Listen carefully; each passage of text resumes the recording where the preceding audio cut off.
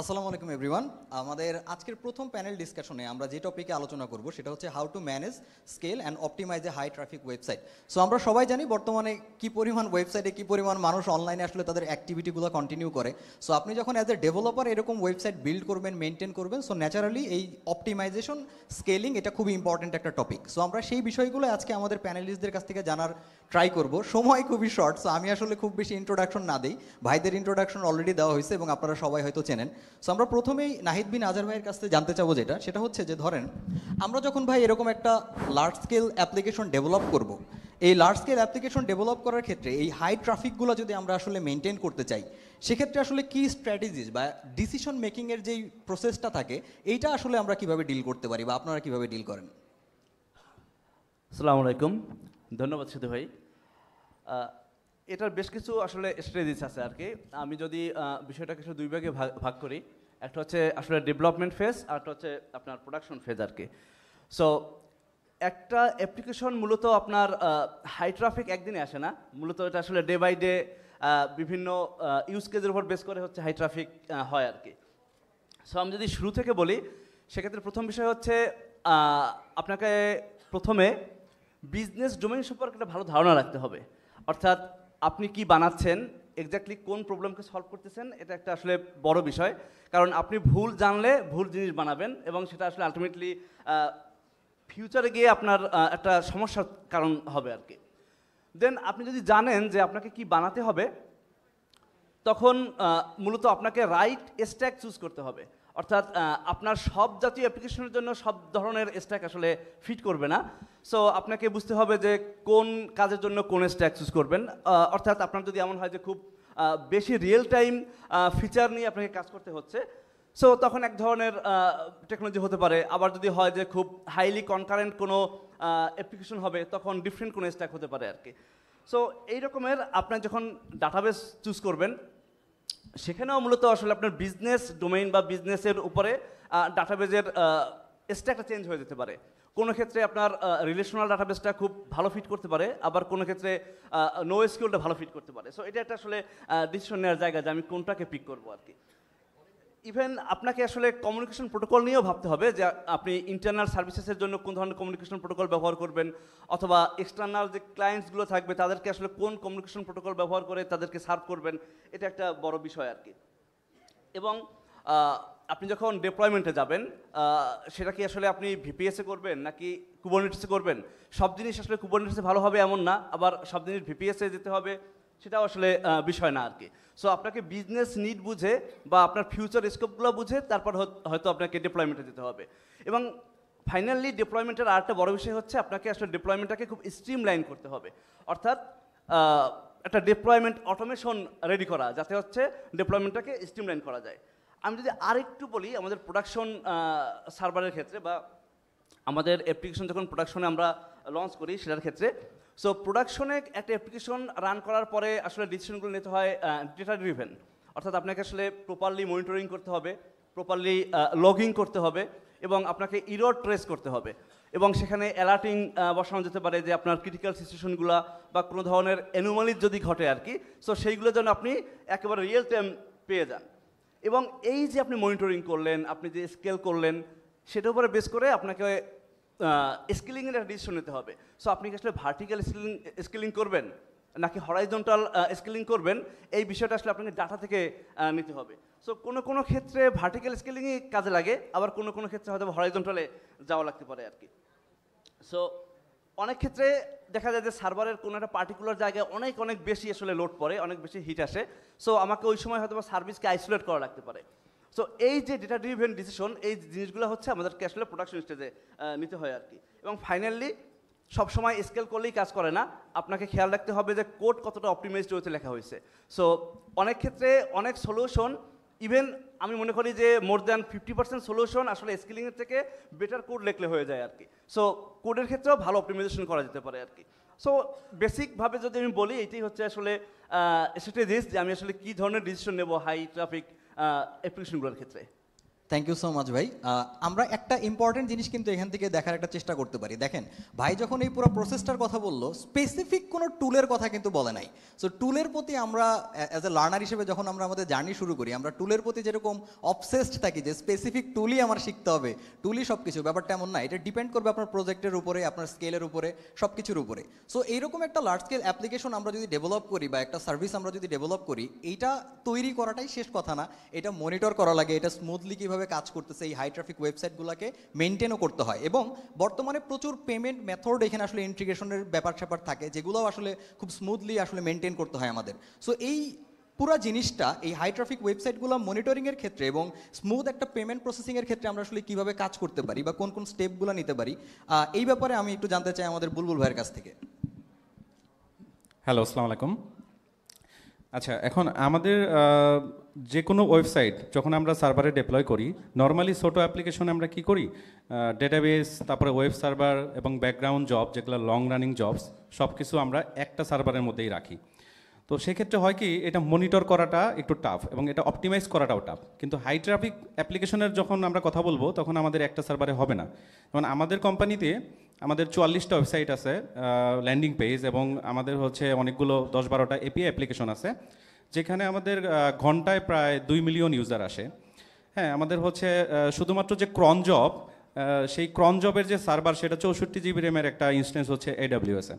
So আমাদের huge high traffic যে load এখানে আসে, আমরা যেটা করেছি, আমরা ডিস্ট্রিবিউট করেছি যে আমাদের লং রানিং জবটা একটা আলাদা সার্ভারে চলবে, আমাদের ডেটাবেস আলাদা সার্ভারে চলবে, ওয়েব সার্ভারগুলো অনেকগুলো ইনস্টেন্সে চলবে, সেগুলোর মধ্যে আবার পারপাস বেসড আলাদা আলাদা ভাগ করা হয়েছে।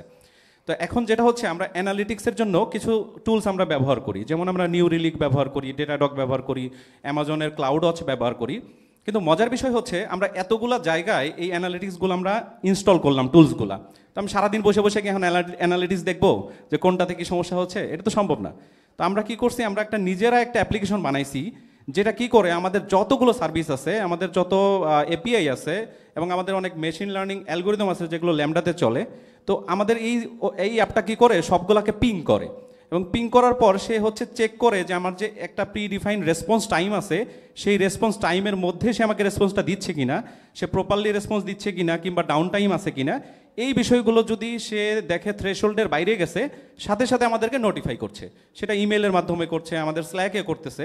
সো আমার বসে বসে যে মনিটর করতে হচ্ছে না যে কোথায় কি হচ্ছে। সো এটা হচ্ছে একটা বিষয় যে আমি পারফরমেন্স মনিটর করলাম। সেকেন্ড আর একটা বিষয় আসবে, সেটা হচ্ছে এরর রিপোর্টিং। আমার বাগ তো থাকবেই, যত ভালো সফটওয়্যার হোক না কেন, সেখানে বাগ থাকবে। তো আমার ইউজার যখনই একটা এরর দেখবে, সেই এররটা যাতে আমিও দেখি, মানে আমার ইউজার তো এসে আমাকে বলবে না যে তো আপনার ওয়েবসাইটে এরর খাইছে। সো আমার এই এরর রিপোর্টটা জানতে হবে, ঠিক আছে, এবং ইমিডিয়েটলি জানতে হবে, যাতে আমি সেটা সলভ করতে পারি। হ্যাঁ, এটার জন্য আমরা অনেক ধরনের টুলস ব্যবহার করি, যেমন এয়ার ব্রেক নামে একটা টুলস আছে, সেটা আমরা ব্যবহার করি। আবার ল্যারাবেলে যেমন হচ্ছে এক্সেপশন নোটিফায়ার আছে, রুবি অন রেলসে এক্সেপশন নোটিফায়ার আছে, সেগুলো দিয়েও আপনি ব্যবহার করতে পারেন। থার্ড আরেকটা বিষয় আসবে, সেটা হচ্ছে ট্রাফিক প্যাটার্নস, যে আপনার ট্রাফিকটা কখন আসতেছে। হ্যাঁ, এটা কি সকালে বাড়তেছে, নাকি উইকেন্ডে বাড়তেছে, না উইকডেতে বাড়তেছে। শুধু তাই না, এটা কোন জিওগ্রাফিক লোকেশন থেকে বেশি আসতেছে, এই ডেটাগুলো আপনার লাগবে। কারণ আপনার ওইভাবেই হচ্ছে অটো স্কেলিং স্ট্র্যাটেজিটা ডিফাইন করতে হবে।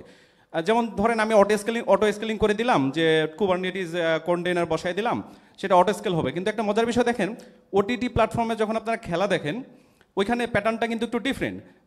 হুট করে lakh lakh million million user চলে আসে, ওই অল্প সময়ের মধ্যে অটো স্কেলিং ট্রিগার করবে, অনেকগুলো কন্টেইনার রান হবে, সেটা কিন্তু পসিবল না। সেখানে কিন্তু ম্যানুয়ালি আলাদা স্ট্র্যাটেজি ডেভেলপ করতে হয়। সো তাদের কিন্তু জানতে হবে যে তাদের ট্রাফিক প্যাটার্নটা কীরকম, ঠিক আছে। এরপরে আরেকটা বিষয় আসবে, সেটা হচ্ছে ইউজার বিহেভিয়ার অ্যানালাইসিস। আপনার ইউজার কি করতেছে। হ্যাঁ, যেমন মজার একটা টুলস, আপনারা যদি কেউ ইউজ করে না থাকেন, যেমন হটজার অথবা মাইক্রোসফট ক্ল্যারিটি, এটা যখন আপনি ইনস্টল করবেন, আপনার ইউজাররা কি করতেছে আপনি ভিডিও প্লেব্যাক দেখতে পারবেন, যে আপনার ইউজার কোন পেজে গেছে, কোথা থেকে ক্লিক করছে, এবং সেটার হিট ম্যাপ দেখতে পারবেন যে কোথায় ক্লিক বেশি পড়তেছে। আপনি কোনো বিজনেস অপরচুনিটিস মিস করতেছেন কিনা, যে আপনার এই জায়গাটা ইউজার বেশি ফোকাস করতেছে কিন্তু ওইখানে আপনার কোনো কন্টেন্ট নাই, কিংবা ওইখানে কোনো ফাংশন নাই। হ্যাঁ, সেইটা আপনি তখন অপটিমাইজ করতে পারবেন। সো এরকম নানাভাবে আমরা হচ্ছে অপটিমাইজেশন করার চেষ্টা করি, যাতে হচ্ছে আমাদের মানে ভিজুয়ালাইজ করতে পারি আমাদের যে আমাদের অ্যাপ্লিকেশনটা কীরকম পারফর্ম করতেছে, এবং সেইটা আপনার প্রপারলি অপটিমাইজ করতে পারছি কিনা, এবং অ্যাট এ টাইম হচ্ছে আমাদের যে সার্ভারের কস্ট, সেইটাকে আমরা ডাউন করতে পারতেছি কিনা। আশা করি মোটামুটি আপনারা বুঝতে পেরেছেন। ধন্যবাদ সবাইকে। থ্যাংক ইউ সো মাচ ভাই। আমরা অনেক কিছু জানলাম যে কীভাবে আমরা একটা অ্যাপ্লিকেশন আসলে ডেভেলপ করতে পারি, ডেভেলপমেন্ট প্রসেস সম্পর্কে জানলাম, সেটা মেনটেন কীভাবে করতে পারি সেটাও সম্পর্কে জানলাম। এখন ফ্রন্ট এন্ডে যখন আমরা একটা অ্যাপ্লিকেশন ডেভেলপ করি, আমাদের তো ফ্রন্ট এন্ড ব্যাক এন্ড দুইটা পার্টি থাকে। স্পেসিফিক ফ্রন্ট এন্ডে যখন আমরা একটা অ্যাপ্লিকেশন ডেভেলপ করব, তখন কোন কোন বেস্ট প্র্যাকটিসেস আমাদের আসলে ফলো করা উচিত বা কোন কোন ব্যাপারগুলো আমাদের মাথায় রাখা উচিত, এইটার ব্যাপারে আমার মনে হয় আনাম ভাই আমাদের খুব ভালো একটা ইনসাইট দিতে পারবেন। হ্যালো, আমি তেলা মাথায় তেল না দিই, ওকে? কিছু জিনিস আছে ফ্রন্ট এন্ডের যেগুলো অলরেডি বইয়ে চলে আসছে বাচ্চাদের টেক্সট বুকে, যেমন ধরেন ভালো একটা প্রোটোকল ইউজ করা, HTTP2 অথবা কুইক কম্প্রেশন ইউজ করা, আপনার স্ট্যাটিক অ্যাসেটগুলো কম্প্রেস করা, ট্রি শেকিং করা, এগুলো অলরেডি সবাই মোটামুটি জানে। যেই জিনিসগুলো নিয়ে মানুষ যথেষ্ট কথা বলে না, আমি ওই রকম দুইটা টপিক নিয়ে কথা বলি। একটা হচ্ছে micro interaction. So as a front end engineer আপনার হইতে হবে হচ্ছে গোগো ম্যাজিশিয়ানের মতো, ওকে? সো ম্যাজিশিয়ানরা কী করে? আইদার ম্যাজিক করে অথবা মানুষকে একটা ইলিউশন দেয়। সো ফ্রন্ট এন্ডে একটা ফ্রন্ট এন্ড অ্যাপ্লিকেশনকে ফাস্ট করার দুইটা ওয়ে আছে। এক হচ্ছে আইদার অ্যাপ্লিকেশনটা অলরেডি ফাস্ট, বাট কিছু জিনিস আছে যেগুলো আসলে ফাস্ট করা সম্ভব না। তো সেক্ষেত্রে আপনার ফাস্ট হওয়ার ইলিউশন দিতে হবে। তো এর মধ্যে দুইটা জিনিস আপনি যেভাবে ইলিউশন দিতে পারেন, এক হচ্ছে মাইক্রো ইন্টারাকশন আর আরেকটা হচ্ছে সার্ভিস ওয়ার্কার অথবা ওয়ার্কার্স ইন জেনারেল। হ্যাঁ, মাইক্রো ইন্টারাকশন কী জিনিস? আপনারা যখন গভর্নমেন্ট ওয়েবসাইটে ঢুকছেন বাংলাদেশের, দেখছেন যে একটা বাটনে ক্লিক করার পরে বাটনে ক্লিক হয়েছে কি না এটাও আপনি শিওর না। 4-5 বার বাটনে ক্লিক করছেন, কিছু হচ্ছে কি না হয় না। আবার ফাইল দেখা যাচ্ছে 4-5 বার ডাউনলোড হয়ে গেছে। তো আপনি আপনার ইউজার কোনো একটা অ্যাকশন করলো, সেটার সাথে ইমিডিয়েট আপনার একটা রিয়াকশন দিতে হবে, ওকে? ইউজারকে ব্লক না করে। That is micro interaction. এটা আপনার যে ডিজাইনার আছে, ইউএক্স ডিজাইনার, সে যে আপনাকে একবারে হাতে ধরে দিবে তা না। আপনার as a front end engineer front এন্ডে কিছু মাইক্রো ইন্টারাকশন ডিজাইন করে রাখা লাগবে। একটা ফাইল ডাউনলোড হচ্ছে, বাটনে ক্লিক হলো, বাটন ডিসেবল হয়ে গেল, বাটনের ভিতরে একটা অ্যানিমেশন আসলো। আপনার নেক্সট পেজে যাবেন, আপনার ডাটা লোড করতে হবে, বাটনের ভিতরে একটা লোডার লাগায় দেন। এই যে ছোট ছোট মাইক্রো ইন্টারাকশন, আপনি ক্লিক করলেন, সাথে সাথে কোনো একটা রেসপন্ড করলো অ্যাপ্লিকেশন। আপনার হয়তো ওই জিনিসটা ফাস্ট করা সম্ভব না, কিন্তু আপনার অ্যাপ্লিকেশন ফিল করবে, মানে আপনার যে ইউজার আছে সে ফিল করবে যে আপনার অ্যাপ্লিকেশন যথেষ্ট ফাস্ট আর রেসপন্সিভ, মানে স্ন্যাপি একটা ভাব থাকবে। আরেকটা হচ্ছে ওয়ার্কার্স। হ্যাঁ, ওয়ার্কার্স মানুষ আমি দেখছি যথেষ্ট পরিমাণ ভালোভাবে ইউজ করে না। যারা প্রোগ্রেসিভ ওয়েব অ্যাপ বানাইছে তারা জাস্ট কোনো মতে একটা ওয়ার্কার বানায় নিয়ে বসায় রাখছে। বাট আপনি যদি একটা ওয়ার্কার প্রপারলি ইউজ করতে পারেন, তাহলে আপনি আপনার অ্যাপ্লিকেশনকে ফুল একেবারে ওইটাকে কি বলে ফুল অফলাইন সাপোর্ট দিতে পারবেন। কোনো কারণে আপনার সার্ভারের সমস্যা, কোনো কারণে আপনার সার্ভার টাইম নিচ্ছে বেশি, আপনি একটা ডিফল্ট ডেটা দিতে পারবেন ইউজারকে। আপনারা অনেকেই দেখবেন যে ইন্টারনেট নাই, ফেসবুকে ঢুকছেন, কিন্তু ফেসবুকে অনেক আপনাকে ফিড দেখাচ্ছে, আপনি রিফ্রেশ করলে ফিড চেঞ্জও হবে, কিন্তু সেগুলো কিন্তু আগের ডেটা। এটা কই থেকে আসতেছে? ফেসবুক আপনার ব্রাউজারে একটা ওয়ার্কার চালাচ্ছে। ফেসবুক কী করে, আপনার যে ট্রাফিকটা আছে সেটা আপনার ওয়ার্কারের থ্রুতে তারপরে সার্ভারকে পাঠায়। সো আপনার ইভেন যদি সার্ভার থেকে কিছু নাও আসে, আপনার এই যে ফিড চেঞ্জ হচ্ছে, ফিডের ডেটা আসতেছে, এটার কারণটা হচ্ছে আপনার ওয়ার্কার এই ডেটাটা আপনাকে প্রোভাইড করতেছে। সো আপনার অ্যাপ্লিকেশন স্ন্যাপি ফিল হচ্ছে। আর লাস্ট জিনিস যেটা হচ্ছে যে রিসেন্টলি আমি একটা কেস স্টাডি দেখতেছিলাম যে চ্যাট জিপিটির যে অ্যাপটা আছে, হ্যাঁ, আমি আমার লাইফের 90% টাইম ওয়েব অ্যাপ বানাইছি। So I don't care about SEO এত, হ্যাঁ, যদিও মডার্ন সার্চ ইঞ্জিনগুলো জাভাস্ক্রিপ্ট রান করতে পারে।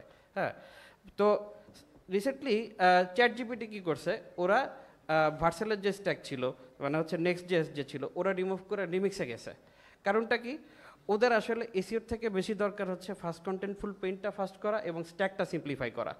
ওরা কি করছে, আপনার অ্যাপ্লিকেশনের ফার্স্ট কন্টেন্টফুল পেইন্ট করার জন্য যে ডেটাটা লাগবে ওইটা ওরা HTML এর ভিতরে দিয়ে দেয় একটা জাভাস্ক্রিপ্ট অবজেক্ট হিসেবে। ওইটা আসে, আপনার অ্যাপ্লিকেশন ফার্স্টে ডেটা লোড করে ওই অবজেক্টটা থেকে, এরপরে সার্ভারে কল দেওয়া শুরু করে। সো আপনার ফার্স্ট কন্টেন্টফুল পেইন্টও ফাস্ট হইলো, কিন্তু আপনার অ্যাপ্লিকেশন যে স্ট্যাকে চলতেছিল স্ট্যাকটাও কমপ্লিকেটেড হইলো না। সেতু ভাই, আমার কাছে কি আবার ব্যাক করার সময় হবে? জি ভাই, অবশ্যই হবে, আপনি চাইলে। তাহলে আমি পরে আবার আরেকটা ইন্টারেস্টিং জিনিস নিয়ে কথা বলবো, but I will pass it to the next speaker. Sure ভাই। আচ্ছা ঠিক আছে, আমরা তো ফ্রন্ট এন্ডের বিভিন্ন রকম স্ট্র্যাটেজি সম্পর্কে ভাইয়ের কাছ থেকে জানলাম যে আমরা কীভাবে এটা অপটিমাইজ করতে পারি, স্কেল করতে পারি, বেস্ট প্র্যাকটিসেস সেগুলো আমরা ভাইয়ের কাছ থেকে জানলাম। সো এখন আমরা একটু ব্যাক এন্ডে যাবো। ব্যাক এন্ডে যদি আমরা একটা অ্যাপ্লিকেশন ডেভেলপ করতে চাই, শুধু ফ্রন্ট এন্ডে যদি আমরা চিন্তা করি, ব্যাক এন্ড যদি আমরা ছাইড়ে দেই, তাইলে আসলে কাজ হবে না। সো আমাদের ব্যাক এন্ডেও যথেষ্ট চিন্তা করতে হবে। সো আমি যদি ব্যাক এন্ড নিয়ে আমরা আমাদের সুমন মোল্লা সেলিম ভাইয়ের কাছ থেকে আমি যেটা জানতে চাই, ভাই আমরা আমরা যদি একটা ব্যাক এন্ড অ্যাপ্লিকেশন ডেভেলপ করি, তো সেক্ষেত্রে আমাদের আসলে কোন কোন জিনিসগুলো মাথায় রাখা উচিত, যে যদি আমরা আলটিমেটলি স্কেলেবিলিটি বা স্পিড এগুলো চিন্তা করি, বা ডেটাবেস অপটিমাইজেশনেও যদি আমরা চিন্তা করি ব্যাক এন্ডে, তো সেক্ষেত্রে আমরা আসলে কি কি বিষয় ফলো করতে পারি? আচ্ছা, আমি যদি এখানে হচ্ছে পুরো প্রসেসটাকে দুইটা স্টেপে ভাগ করতে পারি। এক হচ্ছে আমরা ডেভেলপাররা বা ইঞ্জিনিয়াররা যখন অ্যাপ্লিকেশনটা কোড করতেছি বা ডেভেলপ করতেছি, আর তার আগেই আমাদেরকে একটা রিকোয়ারমেন্ট অ্যানালাইসিস করার প্রয়োজন আছে, যে আমি যখন আমার অ্যাপ্লিকেশনটা লঞ্চ করব তখন আসলে আমরা কি পরিমাণ ইউজারকে সার্ভ করতে চাই।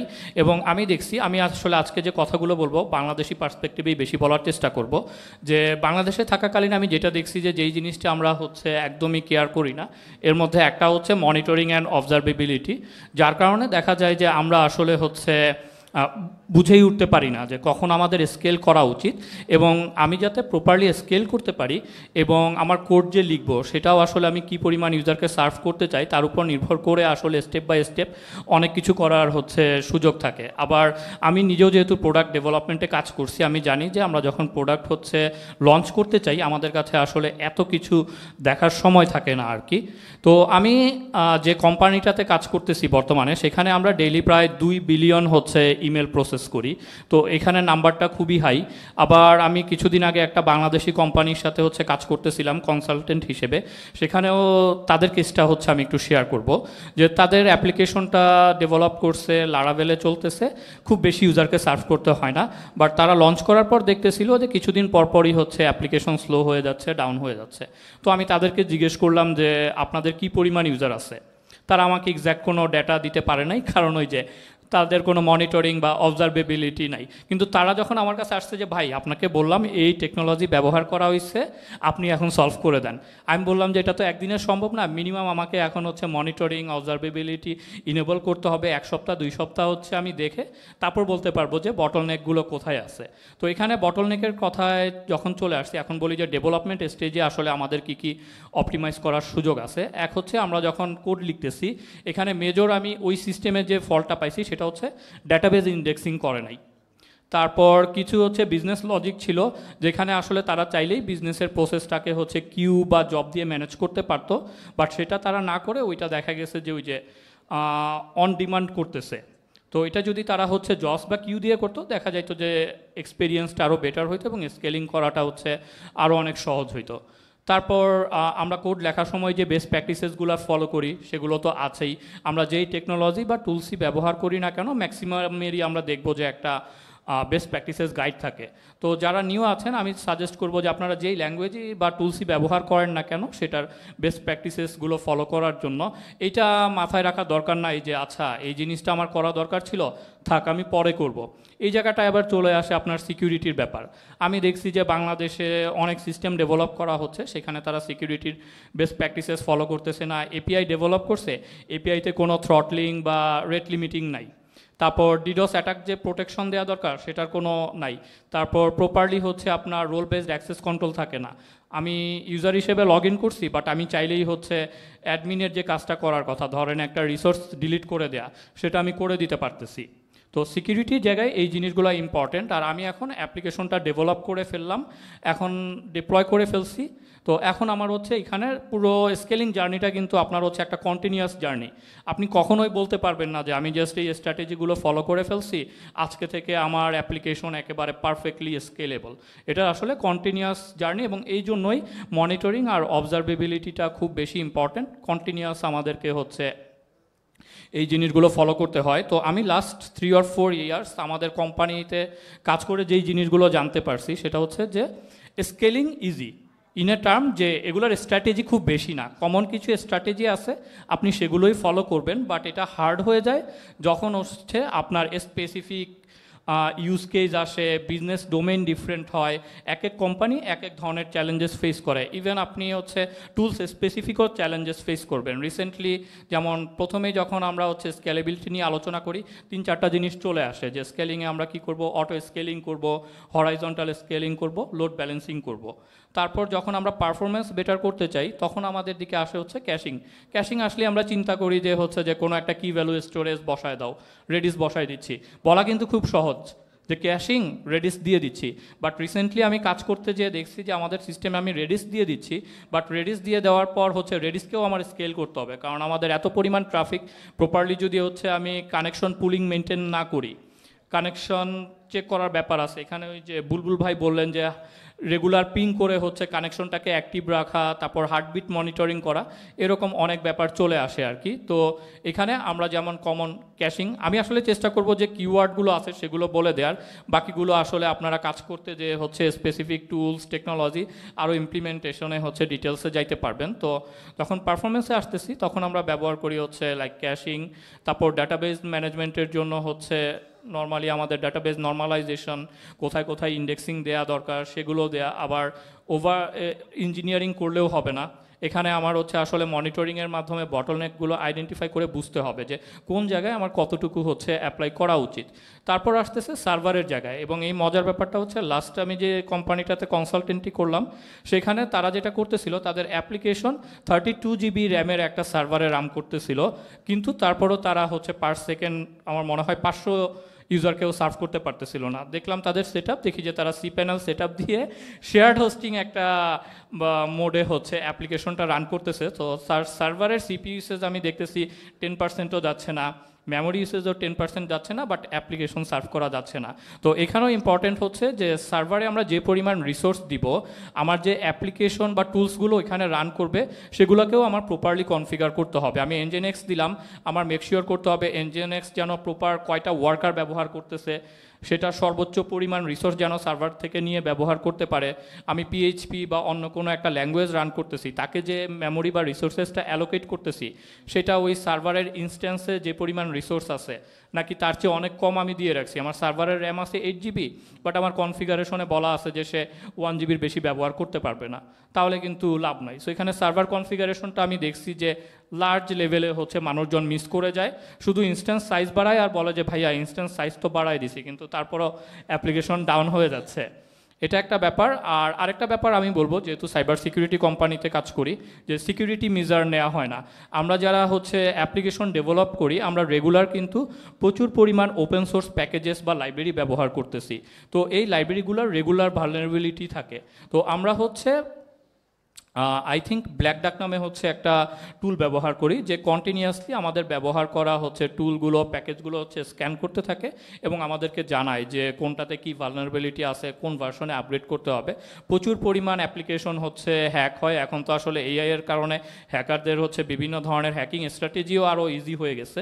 তো স্কেলিং আমরা করতেছি ফাইন, বাট এখানে সিকিউরিটিও একটা বড় ফ্যাক্টর, কারণ যত বেশি ইউজারের কাছে আপনার অ্যাপ্লিকেশন যাওয়া শুরু করবে তার মানে অ্যাটাকাররাও আপনাকে তত বেশি হচ্ছে টার্গেট করা শুরু করবে আর কি। তো এটার জন্য হচ্ছে ওই যে রেগুলার অ্যাপ্লিকেশন আপডেট করা, আমার অপারেটিং সিস্টেম, তারপর হচ্ছে যে অ্যাপ্লিকেশনের যে মূল টেকনোলজি আছে, লাইক আমি পিএইচপি ব্যবহার করতেছি, কুবারনেটিস ব্যবহার করতেছি, এগুলার প্যাচেস বা সিকিউরিটি আপডেটগুলো হচ্ছে রেগুলার অ্যাপ্লাই করা, এই জিনিসগুলো খুব ইম্পর্টেন্ট।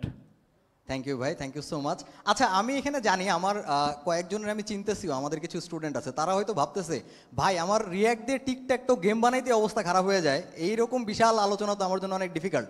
বাট এই যে হাতও তুলতেছে কয়েকজন, এইখানে একটা আশার কথা বলি, যাদের ওই টিকট্যাক তো বানাইতেও অবস্থা খারাপ হইতেছে তাদের সাথে এই যে প্যানেলিস্ট সবার একটা মিল আছে ভাই, একটা কমন জায়গা আছে, যে এনারাও একটা দিন বিগিনার ছিল। সো বিগিনার থেকে একটা দিন এক্সপার্টে আসলে কনভার্ট হয়েছে। সো আমরা যখন শুরু করতেছি আমাদের জার্নি, হয়তো টিকট্যাক তো বানাইতে আমাদের অবস্থা খারাপ হইতেছে, বাট ওই টাইম থেকে আমাদের এই বেস্ট প্র্যাকটিসেসগুলো আসলে কন্টিনিউ করতে হবে, আমাদের ইমপ্রুভ করার যে মানসিকতাটা সেটা রাখতে হবে, আদারওয়াইজ কখনো এই লার্জ স্কেল অ্যাপ্লিকেশনে আমরা যাইতে পারবো না আর কি। ঠিক আছে। সো আনাম ভাই একটা পয়েন্ট বোধহয় আপনি অ্যাড করতে চাইছিলেন, আপনি মানে যদি সেটা বলতেন আর কি, কোন বিষয়ে বলতে চাচ্ছিলেন? আচ্ছা, আমি আপনাদেরকে একটা কাউন্টার ইনটিউটিভ কথা বলি। হ্যাঁ, সেটা হচ্ছে ফ্রন্ট এন্ডের পারফরমেন্স বাড়াবো আর ওভারঅল অ্যাপ্লিকেশনের পারফরমেন্স বাড়াবো, কিন্তু ফ্রন্ট এন্ডের লোড বাড়ায়। হ্যাঁ, আমরা একটা ইমাজিনারি সিচুয়েশন কল্পনা করি, আপনার ব্যাক এন্ডে একটা পিডিএফ জেনারেট হয় যেটা আপনার সিপিইউ কোরের 10 ভাগের 1 ভাগ সিপিইউ কোর ব্যবহার করে, 1 মেগাবাইট র্যাম ব্যবহার করে এবং 1 মিনিট টাইম লাগে। এটাকে আপনি এখন 1 মিলিয়ন দিয়ে গুণ করে দেখেন আপনার সার্ভারে কি পরিমাণ রিসোর্স লাগবে। এখন আপনি কি করতে পারেন, এটা আপনার সার্ভারেই রাখতে পারেন, যখন আপনার অ্যাপ্লিকেশনে লোড পড়বে তখন আপনার সার্ভার কান্দে দিবে। হ্যাঁ হ্যাঁ, ওর কেন্দ্রে দিবে। হ্যাঁ, তো তো এইটার বদলে আপনি কি করতে পারেন, এই পার্টিকুলার যে ওয়ার্কলোডটা আছে সেটা আপনি আপনার ইউজারের পিসিতে ব্যবহার করলেন। ভাই আপনার ইউজারের যে কম্পিউটার আছে তার রিসোর্সটা হচ্ছে আপনার জন্য ফ্রি রিসোর্স। আপনি যেইটুকু ইউজারের কম্পিউটারে অফলোড করতে পারবেন অফলোড করে দেন। ইমেজ কম্প্রেশন ইউজারের কম্পিউটারে অফলোড করে দেন। ধরেন একটা 5 মেগাবাইটের ফাইল আপনার সার্ভারে আপলোড করে ওইটা ছোট করে সেভ করতেন, সেটা না করে 5 মেগাবাইটের ফাইল আপনার ক্লায়েন্টে ছোট করেন, ক্লায়েন্টে ছোট করে 200 কিলোবাইট বানান, 200 কিলোবাইট ফাইল আপলোড করেন। আপনার অ্যাপ্লিকেশন দেখলে অনেক ফাস্ট লাগবে। হ্যাঁ, পিডিএফ জেনারেশনের অসংখ্য লাইব্রেরি আছে। ইভেন আপনার জেনারেটিভ এআই ছোট ছোট মডেল, ইনফ্যাক্ট টেনসরফ্লো লাইট অনেক আগের থেকে ব্রাউজারে চলে। সো আপনি দেখবেন যে আপনার অ্যাপ্লিকেশনের দিকে যদি আপনি তাকান অনেক ওয়ার্কলোড আছে, যে ওয়ার্কলোডটা আপনি চাইলেই আপনার ক্লায়েন্টের কম্পিউটার অফলোড করে দিতে পারেন। হ্যাঁ, কী হবে, আপনার ফ্রন্ট এন্ড অ্যাপ্লিকেশন বেশি র্যাম নেবে, বেশি প্রসেসর নেবে, কিন্তু এটা আপনার ফ্রি রিসোর্স। এই রিসোর্স ইউজ করতে আপনার টাকা লাগবে না, কিন্তু আপনার সার্ভারের রিসোর্স কিন্তু প্রচণ্ড এক্সপেন্সিভ। সো আমি এই যে টপিকটার কথা বলি এটা হচ্ছে অফলোডিং। সেটা হচ্ছে আপনার সার্ভারের বড় বড় যে লোডগুলো আপনার ক্লায়েন্টে অফলোড করে দেওয়া সম্ভব, যেই টেকনোলজির ব্রাউজারে ভালো সাপোর্ট আছে আপনার ক্লায়েন্টে অফলোড করে দেন। অ্যাপ্লিকেশন ওভারঅল অনেক ফাস্ট হবে এবং আপনি সার্ভারে অনেক রিসোর্স সেভ করবেন। সার্ভারে রিসোর্স সেভ করা মানে হচ্ছে আপনার অ্যাপ্লিকেশন ওভারঅল অনেক ফাস্ট আর স্ন্যাপি ফিল হবে। তো এটা হচ্ছে আমার লাস্ট পয়েন্ট ছিল। থ্যাংক ইউ সো মাচ ভাই আমাকে টাইম করে দেওয়ার জন্য। থ্যাংক ইউ ভাই। আমরা হচ্ছে কিউএনএতে যাব, মানে অনেক কোশ্চেন থাকার কথা, এটা নিয়ে মোটামুটি আরও 1-1.5 ঘন্টা এখানে ইজিলি আলোচনা করা পসিবল, বাট টাইম স্বল্পতা, আরও অনেক আলোচনা আছে আপনাদের জন্য। সো আমরা 2টা কোশ্চেন নিতে পারবো। আপনাদের কারো যদি কোনো কোশ্চেন থাকে আপনারা হ্যান্ড রেজ করতে পারেন, আমরা 2টা কোশ্চেন নিতে পারবো। ভাই ওই যে এনাকে মাইকটা দিয়ে কাউকে।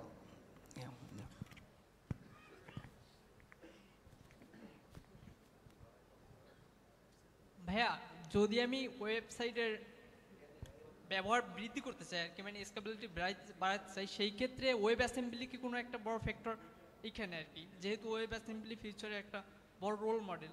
সো এইটা আর কি আমার কোশ্চেন। ভাই ওয়েব অ্যাসেম্বলি আপনাকে যেটা করবে আপনার সোর্স কোডটাকে আরও মেশিন কোডের দিকে নিয়ে যাবে। সো আপনার যদি অনেক বড় অনেক লং রানিং কিছু থাকে, অথবা ধরেন আপনি এমন কিছু করতেছেন যেটা রিলেটেড টু মানে 3D রেন্ডারিং অথবা এই টাইপের কাজ, যেখানে আপনার একটু রিসোর্স সেভ করলে অনেক বেশি লাভ হবে, সেটা কিন্তু ক্লায়েন্ট সাইডে। হ্যাঁ, সেক্ষেত্রে আপনি ওয়েব অ্যাসেম্বলি ব্যবহার করতে পারেন।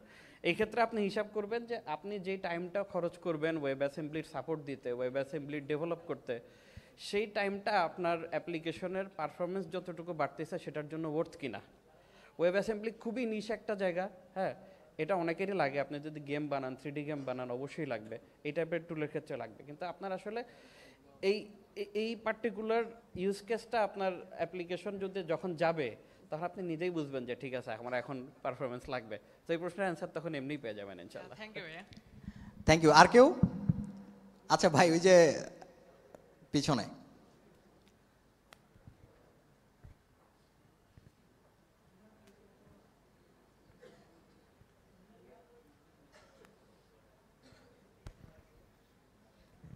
আমার কোশ্চেনটা হচ্ছে যে আমার এই যে স্কেলিংয়ের ইস্যুটা, এই ক্ষেত্রে মানে নর্মাল মনোলিথিক অ্যাপ্রোচের তুলনায় মাইক্রো সার্ভিসেস অ্যাপ্রোচেরটার মানে মোস্টলি অ্যাডভান্টেজটা আমি জানতে চাচ্ছি।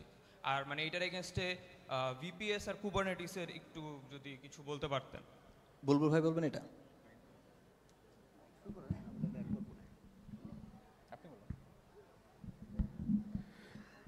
আচ্ছা, এটা আসলে আপনার বিজনেস নিডের উপর ডিপেন্ড করে। আপনার অনেক ধরনের অ্যাপ্লিকেশন আছে যেটা মনোলিতে অনেক ভালো চলে, মিলিয়ন মিলিয়ন ইউজার সার্ভ করতে পারে, কোনো সমস্যা নাই। এটা আপনার বিজনেস রিকোয়ারমেন্টের উপর ডিপেন্ড করবে। কারণ মাইক্রো সার্ভিস আপনি হুট করে মানে একটা বড় একটা অ্যাপ্লিকেশনকে মাইক্রো সার্ভিসে নিয়ে যাওয়াটা সহজ কাজ না। শুরু থেকে যদি আর্কিটেকচারটা এমন হয় যে আপনি মাইক্রো সার্ভিসে যাবেন, আপনি হচ্ছে পারপাস বেস ছোটো ছোটো সার্ভিস বানাবেন, সেটা আপনার কিন্তু ডিপেন্ডেন্ট হচ্ছে আপনি কোন ধরনের ক্লাউড ইনফ্রাস্ট্রাকচার ইউজ করবেন। হ্যাঁ, তো এইখানে মাইক্রো সার্ভিস ইউজ করে অনেকে বেনিফিট পায়, কারণ হচ্ছে এইটা স্কেলিং করাটা ইজি, কারণ আপনি তখন সার্ভারলেস প্রযুক্তিতে যাবেন সাধারণত। হ্যাঁ, সেক্ষেত্রে এটা স্কেলিং করা অনেক ইজি। কিন্তু আবার মনোলিথ দিয়েও কিন্তু আপনি ওই যে বললাম মিলিয়ন মিলিয়ন সার্ভ করতে পারবেন যদি আপনি লোড ডিস্ট্রিবিউশনটা সঠিকভাবে করতে পারেন। যেমন আমাদের কোম্পানিতে একটা মনোলিথ আছে যেটা হচ্ছে এপিআই। হ্যাঁ, ওইটা হচ্ছে বিশাল একটা অ্যাপ্লিকেশন, ওইটা আমরা মানে সাহসী পাই না যে এটা আমরা মাইক্রো সার্ভিসে যাব। কিন্তু আবার আমাদের অনেক অনেক সার্ভিস আছে যেগুলো হচ্ছে আলাদা আলাদা মাইক্রো সার্ভিসে করা আছে। যেমন যে আমি প্রথমেই বলেছিলাম যে ল্যামডাতে আমাদের অনেক সার্ভিস আছে যেগুলো হচ্ছে মেশিন লার্নিং অ্যালগোরিদম, হ্যাঁ, ওইখানে আমরা হচ্ছে এপিআই এক্সপোজ করা আছে, আমরা ওইখানে পিং করলে সেখান থেকে কিছু মানে ডেটা পাই আর কি। তো এই ধরনের পারপাসে ব্যবহার করা যেতে পারে। সো আপনার জিনিসটা হবে এরকম যে আপনার নিডের উপরে ডিপেন্ড করবে যে আপনি কোন বিষয়গুলো মাইক্রো সার্ভিসে দিবেন আর কোনগুলো হচ্ছে মনোলিথে রাখবেন। তো আপনার টোটাল সবগুলো মিলে একটা ইকোসিস্টেম তৈরি হতে পারে। ওকে, থ্যাংক ইউ ভাই। আমরা আমাদের প্যানেল ডিসকাশন আসলে এখন শেষ করে দেবো, মোটামুটি সব কিছু মোটামুটি বলা শেষ। বাট সুমন ভাই বোধহয় কিছু একটা অ্যাড করতে চান। আমি একটা ব্যাপারে বলতে ভুলে গেছি, সেটা হচ্ছে যে আমরা যারা ইঞ্জিনিয়ার আছি আমরা একটা স্ট্র্যাটেজি হচ্ছে ফলো করি, like don't repeat yourself. But স্কেলেবিলিটির ক্ষেত্রে একটা জিনিস খুবই ইম্পর্ট্যান্ট, ওইখানে কিছু জিনিস আপনাকে রিডান্ডেন্ট করতে হবে, রিপিট করতে হবে। সেটা হচ্ছে যে আপনার ডাইজেস্টার রিকভারি প্ল্যান থাকতে হবে এবং মাল্টি রিজিয়ন হচ্ছে আসলে ডিপ্লয়মেন্ট করতে হবে। ধরেন আমি আজকে একটা অ্যাপ্লিকেশন ডিপ্লয় করলাম, সেটা সিঙ্গাপুর রিজিয়নে হোস্ট করতেছি, তো খুব সুন্দর মতো চলতেছে, স্কেলিং সব কিছু ওকে। বাট হঠাৎ করে ধরেন যে কোনো একটা ডাইজেস্টারের কারণে হচ্ছে সিঙ্গাপুর রিজিয়ন ডাউন হয়ে গেল, তাহলে কিন্তু আর অ্যাপ্লিকেশন রান করবে না, একবারে হচ্ছে ডাউন হয়ে যাচ্ছে। তো এই জিনিসটাও ইম্পর্টেন্ট, কারণ আমরা আমাদের কোম্পানিতে প্রায় হচ্ছে 7-8টা গ্রিডে হচ্ছে যে সার্ভ করে থাকি আর কি ওয়ার্ল্ডের বিভিন্ন কাস্টমারের জন্য। তো এতটুকুই বলার ছিল যে যদিও আমরা হচ্ছে ইঞ্জিনিয়াররা ডোন্ট রিপিট ইয়োর সেলফ এটা হচ্ছে যে অনেক ফলো করি বা প্রমোট করি, বাট স্কেলিংয়ের একটা জায়গায় আসলে আমাদেরকে রিডান্ডেন্সি দরকার আছে। থ্যাংক ইউ সবাইকে মনোযোগ দিয়ে আমাদের এই পুরো প্যানেলটা শোনার জন্য। আমি আপনাদের সবার প্রতি আমাদের শুভকামনা থাকলো। আমরা যে নতুন বাংলাদেশের কথা বলতেছি, বাংলাদেশ 2.0 কথা বলতেছি, সো এইখানে একদিন ডেফিনেটলি খুব স্কেলেবল লার্জ স্কেল অ্যাপ্লিকেশন আমরাও ডেভেলপ করব এবং এই ডেভেলপমেন্টের লিড আলটিমেটলি আপনারাই দিবেন। সো আপনাদের প্রতি অনেক অনেক শুভকামনা থাকলো। থ্যাংক ইউ সবাইকে।